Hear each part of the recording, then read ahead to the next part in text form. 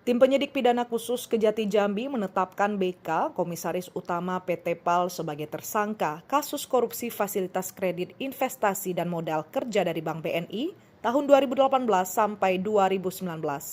Penetapan tersangka ini berdasarkan temuan alat bukti yang cukup oleh penyidik Kejati. Pelaku diduga terlibat langsung dalam proses pengajuan kredit yang dimanipulasi dan digunakan tidak sesuai peruntukannya. Tersangka BK yang juga Komisaris Utama PT PAL diduga mengetahui dan mengatur dokumen pengajuan kredit yang sebagian besar dipalsukan dan dipakai untuk kepentingan di luar bisnis.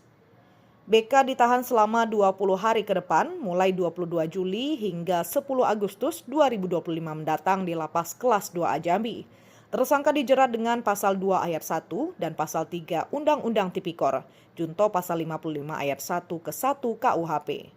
Sebelumnya penyidik juga telah menahan 3 tersangka lain, masing-masing berinisial WE, VG, dan RG. Mereka diduga berperan dalam memanipulasi dokumen dan data pengajuan kredit di Bank BNI. Modus yang digunakan yaitu mengajukan kredit dengan dokumen fiktif, lalu dana yang dicairkan digunakan untuk keperluan di luar skema investasi. Tinggi Jambi.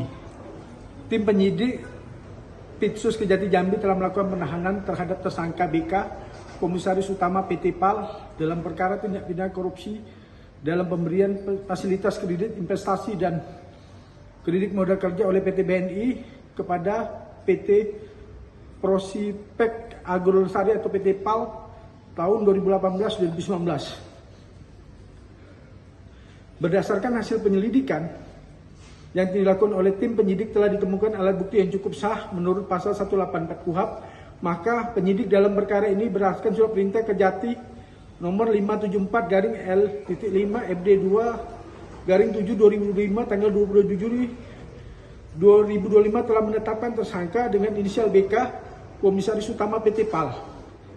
Adapun peran tersangka BK sebagai pemegang saham yang mengetahui dan terlibat proses fasilitas kredit hingga merugikan keuangan negara dalam proses pembobolan kredit di Bank BNI.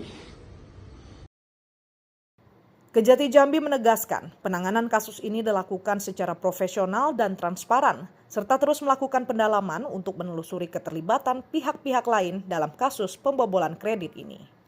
Wiradani Damani, Kompas TV Jambi.